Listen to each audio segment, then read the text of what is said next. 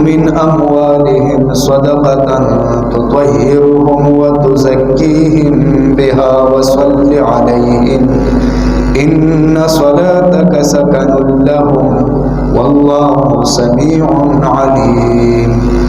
ایک تو اس آیت میں نبی علیہ السلام کو حکم ہے کہ جو صدقات اور زکوٰۃ ادا کرتے ہیں آپ ان کے لیے دعا کریں۔ گویا کہ جو بندہ صدقات اور زکوٰۃ ادا کرتا ہے وہ نبی علیہ السلام کی دعا کا مستحق ہے۔ اور اسی طرح ایک روایت ہے نبی علیہ السلام نے فرمایا کہ ہر روز اللہ کی طرف سے 2 فرشتے اترتے ہیں اور ایک فرشتہ دعا کرتا ہے اللہم اعط منفقا خلفا، اللہ جو مال خرچ کرتا ہے، جو دین کے معاملات میں اپنا مال خرچ کرتا ہے، اللہ اس کو اجر کثیر عطا فرما، اس کو عظیم بدلہ عطا فرما۔ اور دوسرا فرشتہ وہ بد دعا کرتا ہے اللہم اعط ممسکا تلفا، اللہ جو مال جمع کرتا ہے، زکوٰۃ نہیں دیتا، صدقات نہیں دیتا، اللہ اس کو تباہ و برباد فرما۔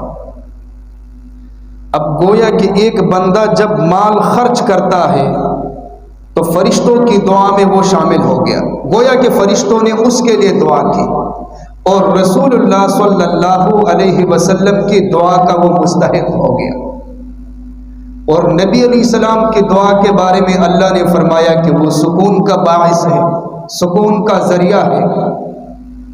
صحابہ کرام رضوان اللہ علیہ مجمعین آپ کی مجلس میں ہوتے تھے، آپ کی خدمت کرتے تھے، دین اسلام کے لیے انہوں نے جان کی قربانیاں دی، مال کی قربانیاں دی، موقع بموقع نبی علیہ السلام ان کے لیے دعائیں فرماتے تھے، کبھی اجتماعی طور پر اور کبھی انفرادی طور پر۔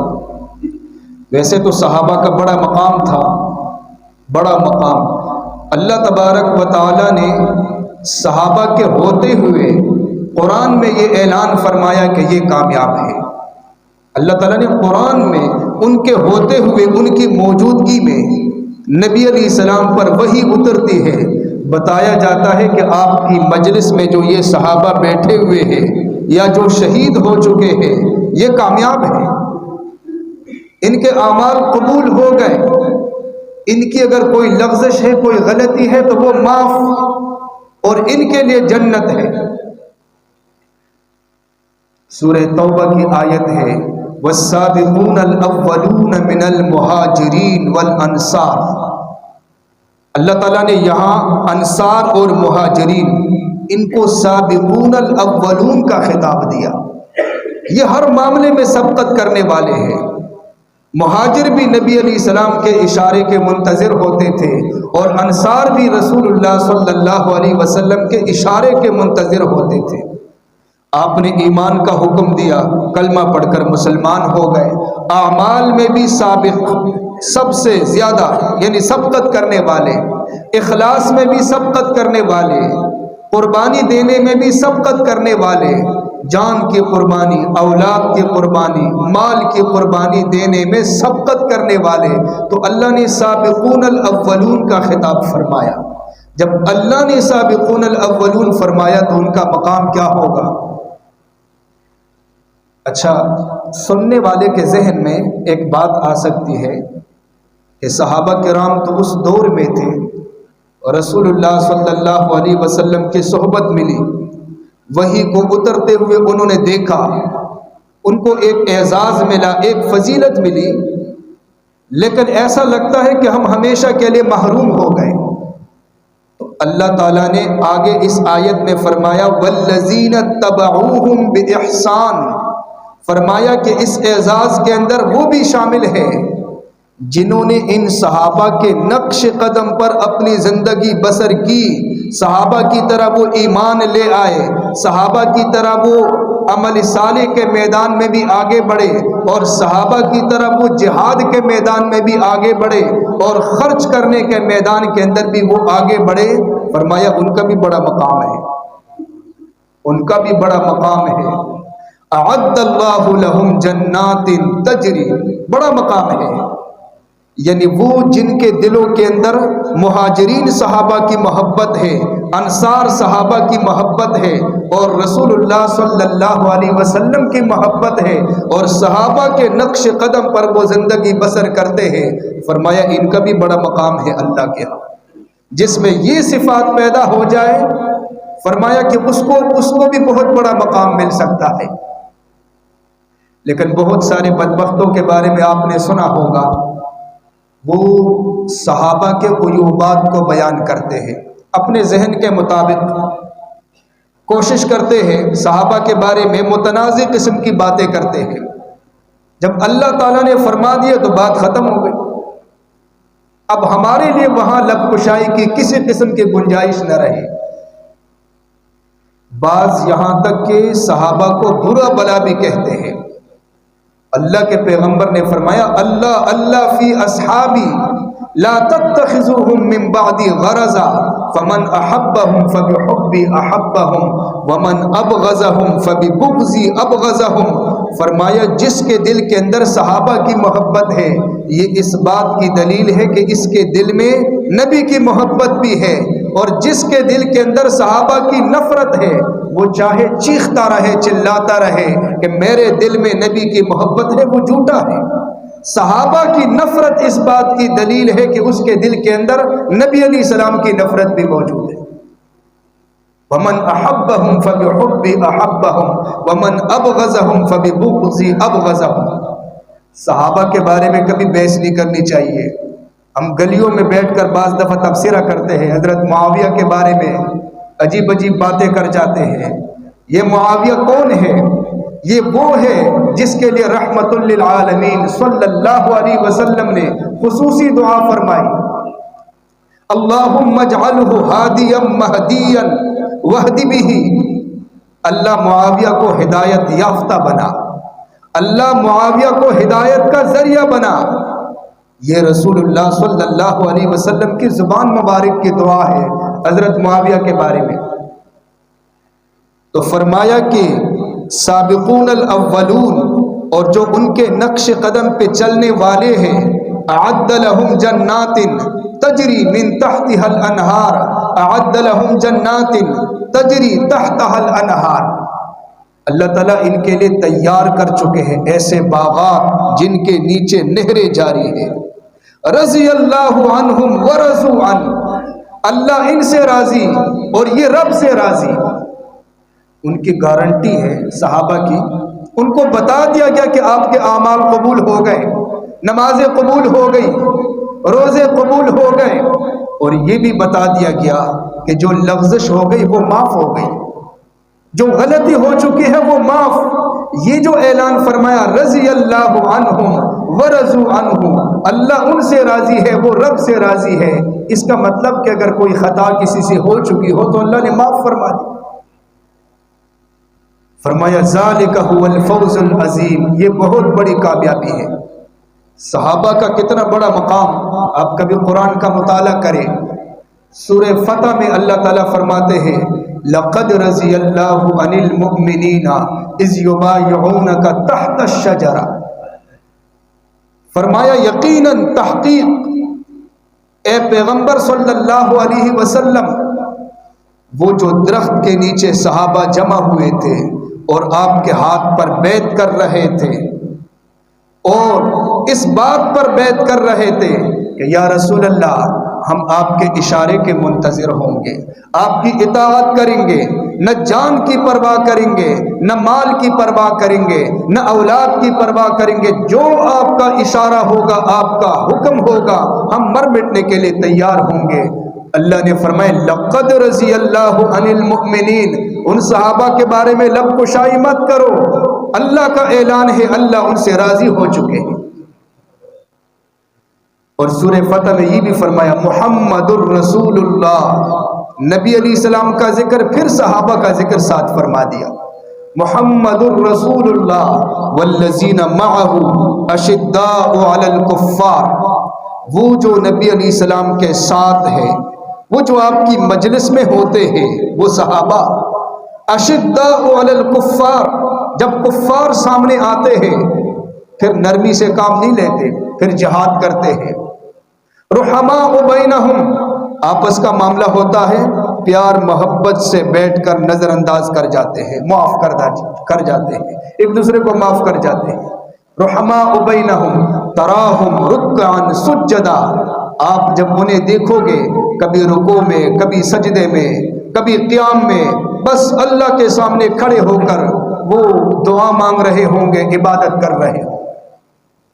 تراہم رکعا سجدا، اللہ کے پیغمبر نے فرمایا ارحم امتی بامتی ابو بکر، فرمایا میری امت میں سب سے بڑا رحم دل صدیق اکبر ہے، واشدہم فی امر اللہ عمر، احکامات الہیہ میں سب سے سخت عمر فاروق ہے، واصدقہم حیاء عثمان، اور کامل حیا والا، سب سے زیادہ حیا والا حضرت عثمان ہے، وَأَقْضَاهُمْ علی، اور مضبوط فیصلہ کرنے والے حضرت علی المرتضیٰ ہے، وَأَقْرَأُهُمْ ابی بن کعب، اور فرمایا تمام صحابہ میں بڑے قاری ابی بن کعب رضی اللہ ہے، وَأَمِينُ هَذِهِ الْأُمَّةِ ابو عبیدہ، اور فرمایا اس امت میں سب سے بڑے امین امانت دار ابو عبیدہ ہے، وَأَحْلَمُهُمْ وَأَجْوَدُهُمْ معاویہ، اور سب سے بڑے حوصلے والے اور سخی اس امت کا فرمایا وہ معاویہ ہے۔ تو یہ تو اللہ تعالیٰ نے صحابہ کا مقام بیان فرمایا۔ صحابہ رسول اللہ صلی اللہ علیہ وسلم کی خدمت میں آتے تھے، آپ سے دعائیں لیتے تھے، کبھی آپ کو یہ بھی کہتے تھے یا رسول اللہ میرے لیے دعا کرے، اور کبھی دین کے لیے ایسی قربانی دیتے تھے یا آپ کی ایسی خدمت کرتے تھے کہ صحابہ نہیں کہتے تھے، لیکن نبی علیہ السلام اپنی طرف سے صحابہ کے لیے دعا فرمایا کرتے تھے۔ مسجد نبوی کی تعمیر ہو رہی تھی، صحابہ پتھر اٹھا کر مٹی اٹھا کر لے جا رہے تھے، صحابہ کی زبان پر ایک جملہ جاری تھا، اللہ کے پیغمبر کی زبان پر ایک جملہ جاری تھا، اللہم لا عیش الا عیش الآخرہ فاغفر الانصار والمہاجرہ، اللہ حقیقی زندگی تو آخرت والی ہے، اللہ انصار کی بھی مغفرت فرما، اللہ مہاجرین کی بھی مغفرت فرما۔ اور ایک موقع پر آپ نے انصار کے لیے ہاتھ اٹھائے، آپ نے انصار کے لیے دعا کی، اللہم اغفر للانصار، اللہ انصار کے گناہوں کو معاف فرما، ولابناء الانصار، انصار کی اولاد کے گناہوں کو بھی معاف فرما، ولابناء ابناء الانصار، اور پھر انصار کی اولاد کے جو بچے ہیں ان کے گناہوں کو بھی معاف فرما، ولنساء الانصار، اور انصار کی عورتوں کے گناہوں کو بھی معاف فرما۔ صحابہ نبی علیہ السلام سے اس قدر دعائیں لیتے تھے، آپ نے اجتماعی طور پر بھی صحابہ کو دعائیں دی، انفرادی طور پر بھی آپ نے صحابہ کو دعائیں دی۔ حضرت حسن حسین آئے، آپ نے دعا کے لیے ہاتھ اٹھائے، اللہم احبہما، اللہ ان سے محبت فرما، فانی احبہما، اللہ میں بھی ان سے محبت کرتا ہوں، وَأَحِبَّ مَن يُحِبُّهُمَا، اور اللہ جو ان سے محبت کرتا ہے ان سے بھی محبت فرما۔ تو اس قدر صحابہ آتے تھے اور نبی علیہ السلام سے دعائیں لیتے تھے۔ حضرت عبداللہ ابن عباس کے بارے میں آتا ہے، نبی علیہ السلام کے ساتھ ہی ہوتے تھے۔ عبداللہ ابن عباس چھوٹے سے تھے، نبی علیہ السلام کی وفات کے وقت ان کی عمر 13 سال تھی، بالکل چھوٹے سے، آپ علیہ السلام کے ساتھ ہی ہوتے تھے۔ آپ جب وضو کا ارادہ فرماتے تو جلدی سے پانی کا انتظام کر لیتے تھے، پھر جب آپ نماز کا ارادہ فرماتے تو آپ کے دائیں طرف آ کر کھڑے ہو جاتے اور نماز شروع کر دیتے تھے۔ آپ جب کہیں سفر کا ارادہ فرماتے تھے تو ابن عباس دیکھتے تھے، جب آپ اپنی سواری پہ بیٹھ جاتے تھے تو ابن عباس پیچھے بیٹھ جاتے تھے، یا رسول اللہ آپ کی خدمت کے لیے۔ ایک موقع پر آپ نے ارادہ فرمایا وضو کا، تو ابن عباس پانی لے آئے، وہاں پہ پانی رکھا، آپ نے وضو کیا، آپ بڑے خوش ہوئے، آپ نے ابن عباس سے فرمایا کہ میرے بالکل برابر کھڑے ہو جائیے، میرے ساتھ برابر کھڑے ہو جائیے نماز میں، دونوں نماز پڑھتے ہیں۔ تو ابن عباس جب آگے بڑھے تو تھوڑی دیر کے بعد پیچھے ہٹ گئے۔ آپ نے نماز ختم کی، ابن عباس سے فرمایا کہ جب آپ کو میں نے یہاں کھڑا کیا تو آپ پیچھے کیوں ہٹے؟ عرض کرنے لگے یا رسول اللہ، میری نظروں میں اور میرے دل میں آپ کی بہت عظمت ہے، بڑا مقام ہے، میں اس کو برداشت نہ کر سکا کہ میں امام الانبیاء کے مقابل کھڑا ہو جاؤں، اس لیے میں پیچھے ہٹا۔ اللہ کے پیغمبر اتنے خوش ہوئے، آپ نے ہاتھ اٹھائے اور دعا مانگی، اللہم آتہ الحکمہ، اللہ ابن عباس کے سینے کو حکمت سے بھر دے، اللہم علمہ التأویل، اللہ اس کو قرآن کا علم عطا فرما، اللہم فقہہ فی الدین، اللہ اس کو دین کی سمجھ عطا فرما۔ اللہ کے نبی کی دعا قبول ہوئی۔ اسی کا نتیجہ تھا جب رسول اللہ صلی اللہ علیہ وسلم دنیا سے جا رہے تھے تو ابن عباس کی عمر 13 سال صرف، اور حدیثیں کتنی ہیں؟ حدیثیں کتنی ہیں؟ 1660 روایتیں انہوں نے خود نبی علیہ السلام سے یاد کی ہیں۔ اتنی کم عمر، 13 سال، 1660 روایتیں۔ اور اس کے بعد جو بڑے بڑے صحابہ تھے ان کے پاس جاتے تھے، اور جس وقت کسی صحابی کے گھر پہ تشریف لے جاتے تھے حدیث سیکھنے کے لیے، دروازے پہ دستک نہیں دیتے تھے کہ میں حدیث سیکھنے کے لیے آیا ہوں، کوئی احسان کرنے کے لیے تو نہیں آیا، لہٰذا کہیں اس کی بے ادبی نہ ہو جائے، اب جب میں اس سے حدیث سیکھوں گا تو یہ میرا استاد بن جائے گا، کہیں اس کی بے ادبی نہ ہو جائے، وہیں پر بیٹھ جاتے تھے۔ وہ صحابی جب معمول کے مطابق باہر نکلتے تھے پھر اس سے مسئلہ پوچھتے تھے کہ یہ فلاں حدیث آپ مجھے سنائیے۔ یہی نتیجہ ہے۔ آج آپ بخاری کھولیں، آپ کو نظر آئے گا عن ابن عباس قال قال رسول اللہ صلی اللہ علیہ وسلم۔ آپ مسلم کتاب کھولیں، آپ کو نظر آئے گا، صحاح ستہ کی کوئی کتاب کھولیں، بخاری، امام بخاری کی بڑی سخت شرطیں ہیں، ہر روایت انہوں نے جمع نہیں کی، بڑی سخت شرطیں ہیں، لیکن ابن عباس کی روایتیں اتنی مضبوط ہے، تقریباً ابن عباس کی روایتیں موجود ہیں اس میں۔ اللہ کے نبی کی وہ دعا قبول ہو گئی۔ آپ حدیث کی کوئی کتاب کھولیں، عن ابن عباس رضی اللہ تعالی عنہ قال سمعت رسول اللہ صلی اللہ علیہ وسلم، یہ عبارت آپ کو نظر آئے گی۔ تو ابن عباس نے خدمت کی، اللہ کے نبی سے دعا لی اور وہ دعا قبول ہو گئی۔ حضرت ابو ہریرہ رضی اللہ، میں آپ کو یہ بتا رہا ہوں کہ صحابہ نے نبی علیہ السلام سے کس طرح دعائیں لی، خدمت کر کی، دین اسلام کے لیے قربانی دے کر دعائیں لی۔ حضرت ابو ہریرہ پریشان ہے اپنی والدہ کے بارے میں، انہیں کلمہ پڑھایا، انہوں نے انکار کر دیا۔ ایک دن ابو ہریرہ کی والدہ نے نبی علیہ السلام کی شان میں نازیبہ کلمات کہہ دیے، ناپسندیدہ۔ ابو ہریرہ روتے ہوئے اللہ کے نبی کی خدمت میں آئے، یا رسول اللہ، ایک طرف میری والدہ ہے، برداشت بھی نہیں کر سکتا، آپ کی شان میں ایسے کلمات کہہ دیے، آپ دعا فرمائیے۔ آپ نے ہاتھ اٹھائے، اللہم اہد ام ابی ہریرہ، اللہ ابو ہریرہ کی والدہ کو ہدایت کی دولت عطا فرما۔ ابو ہریرہ نے پیچھے نہیں دیکھا، پھر یہ نہیں سوچا کہ پتہ نہیں دعا قبول ہوگی یا نہیں، 100% یقین تھا، اللہ کے نبی کی زبان سے نکل گیا، یقیناً میری والدہ نے کلمہ پڑھ لیا ہوگا۔ وہاں سے روتے ہوئے دوبارہ اپنے گھر گئے، دروازے پہ دستک دی، اندر پانی گرنے کی آواز آئی۔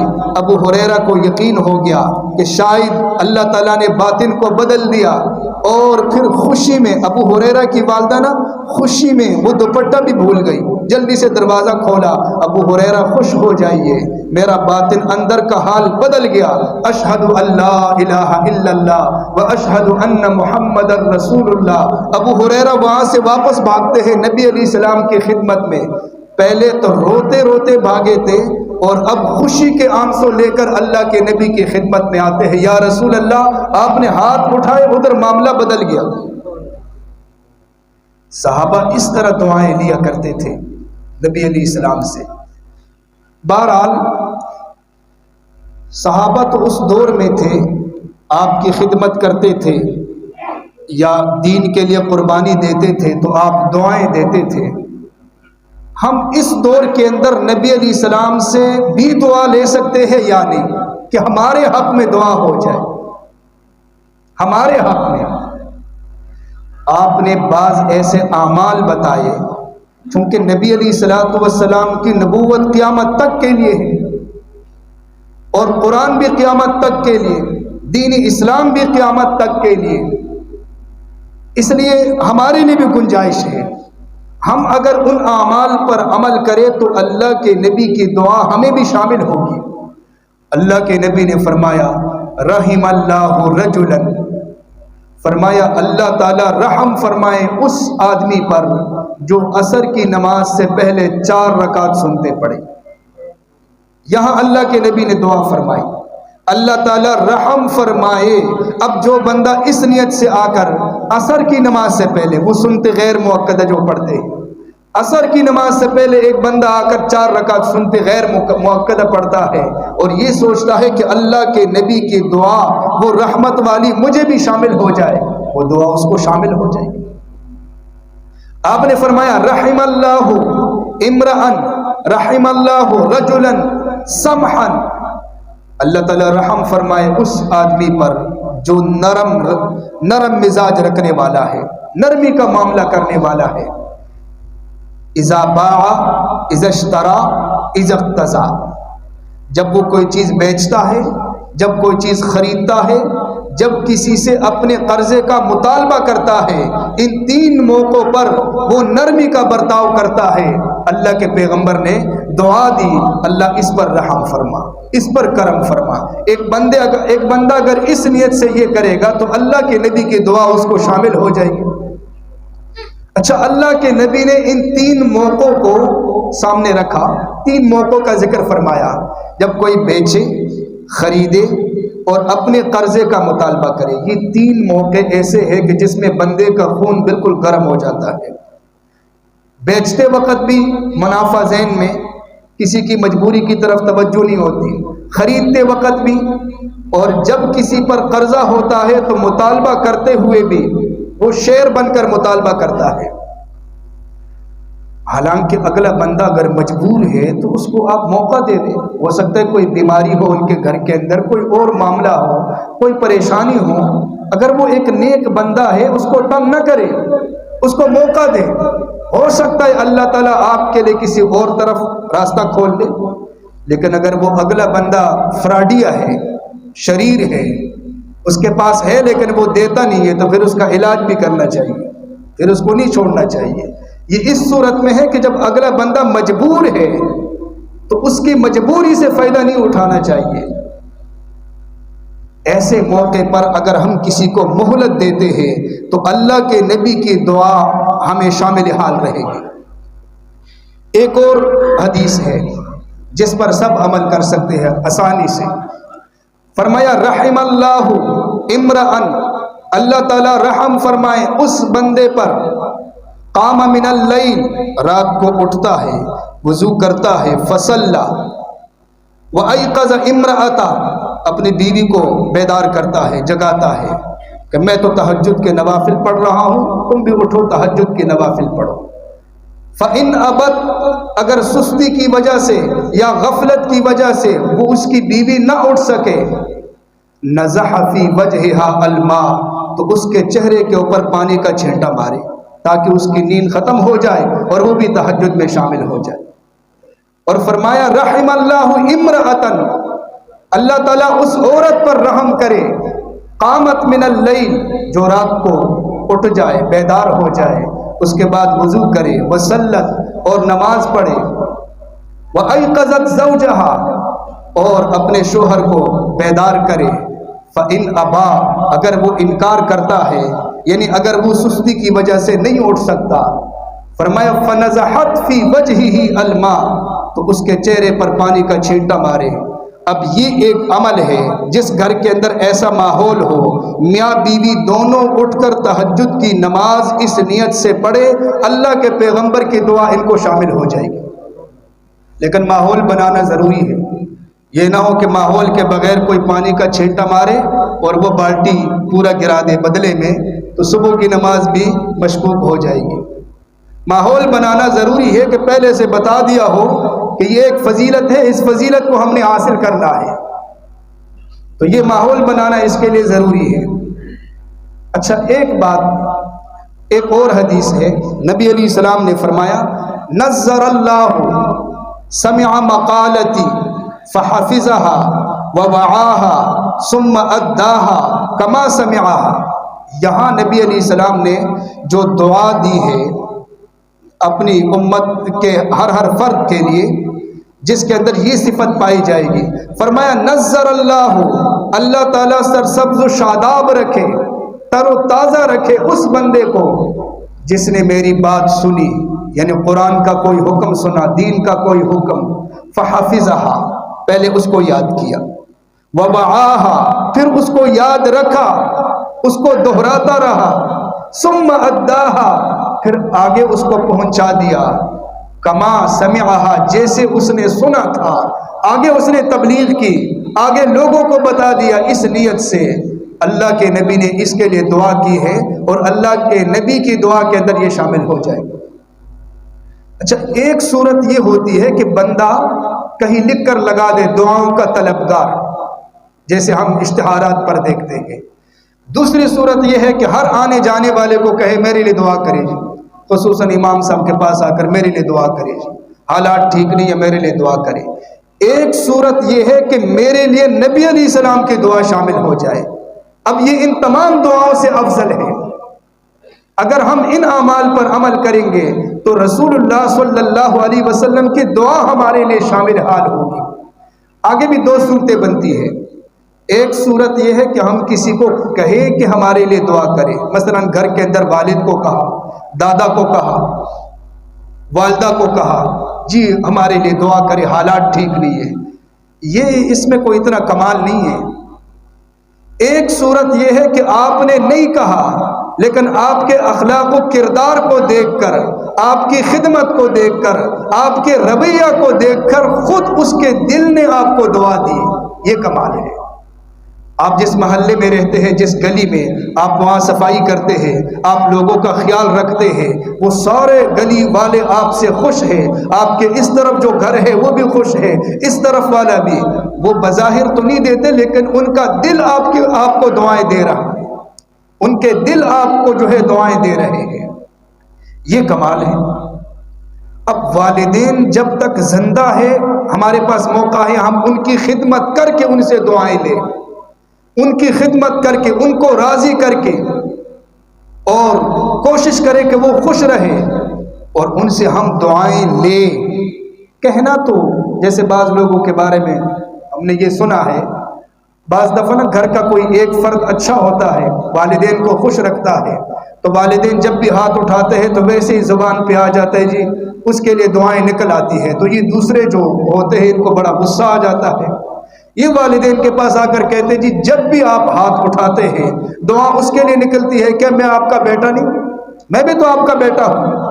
آپ بیٹے تو ہے لیکن آپ کا کردار ٹھیک نہیں ہے، آپ کا اٹھنا بیٹھنا ٹھیک نہیں ہے، آپ نے اپنے والدین کو ستایا، آپ کے شکوے کی وجہ سے والدین آپ کے لیے دعا تو کر سکتے ہیں لیکن وہ دعا دل سے نہیں ہوگی، وہ زبانی کلمات ہوں گے، اس کا کوئی فائدہ نہیں۔ آپ والدین کے ساتھ ایسا سلوک رکھیں کہ ان کے دلوں سے دعا نکلے۔ جب یہ فوت ہو جائے تو آپ کو پھر یہ موقع نہیں ملے گا، اس کے بعد کوئی احسان کر کے خدمت کر کے آپ والدین سے دعائیں وصول کر ہی نہیں سکتے۔ جب تک یہ زندہ ہے آپ دعائیں وصول کر سکتے ہیں، اور جب فوت ہو جائے تو پھر آپ پر حق یہ ہے کہ آپ صبح و شام والدین کو اپنی دعاؤں میں یاد رکھیں۔ رب ارحمہما کما ربیانی صغیرا، رب اغفر لہما، اللہ ان کے گناہوں کو معاف فرما۔ صبح و شام والدین کو دعاؤں میں یاد رکھیں۔ اگر والدین کی یہ خواہش ہے کہ ہمارے مرنے کے بعد ہماری اولاد ہمیں دعاؤں میں یاد رکھے تو اس کے لیے پھر یہ ترتیب ہے کہ والدین اپنی اولاد کی تربیت کریں، صحیح تربیت کریں۔ اگر اولاد دیندار ہوگی، قرآن کا پتہ ہوگا، حدیث کا پتہ ہوگا اور نماز پڑھنے والی اولاد ہوگی تو والدین کے مرنے کے بعد انہوں نے اپنے والدین کو دعاؤں میں یاد رکھنا ہے۔ اگر ایسی نہیں ہوگی تو پھر ظاہر بات ہے معاشرے کے اندر ان کی کوئی حیثیت نہیں ہوگی۔